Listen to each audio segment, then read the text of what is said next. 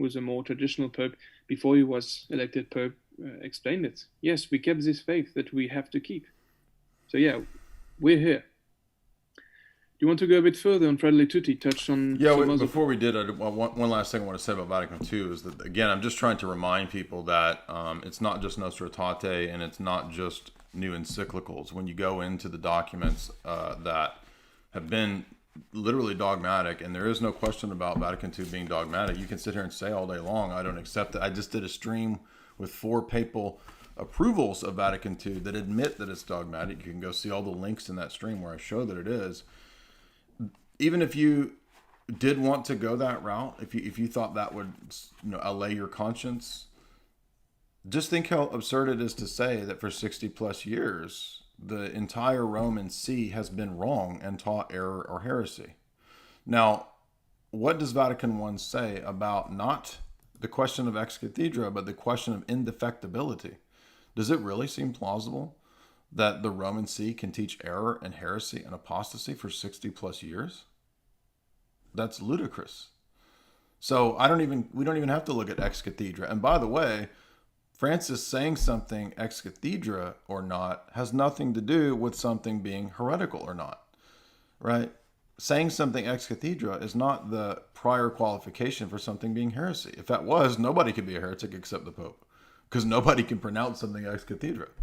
Right, so as Sneck has pointed out, maybe it's a better route to just attack and look at the notion of indefectibility of the Roman See, right? Because that's one of the corollaries to the supposed infallibility doctrine, is that the Roman See will never fall into error. It will never fall into teaching falsehoods. It will always have the charism of Peter, and that doesn't mean, that has nothing to do with private opinions or public dogmas. It has to do with the Roman See not falling into error. Now, they're going to say, well, but he has fallen into error in XYZ cases in his personal opinions, and when he's a private theologian. They have all these qualifications they're going to list, right? I know that. But the problem is that it's moving the problem back a step, because you don't have a clear indicator when you, as an individual, can go through and read and pick out when that is a private opinion, public teaching, right? Binding, universal magisterium, universal ordinary magisterium, ex cathedra. Like, it's all up to your interpretation based on general criteria that in your application are fallible on your own system. And so what this amounts to is really, this is, I think, the ultimate defeater argument, is that for them, the Pope is indefectible until he defects, which is an unfalsifiable and stupid position. Yeah, exactly. And we've had an example of this. So maybe I could bring up the latest event. We've had the Pope giving a statement endorsing same flavor Skittle union. Union, yeah. Evil union. And a lot of people will say, oh, there will be a variety of ways to defend it, but one of them is actually refuting the papacy. That I found really funny.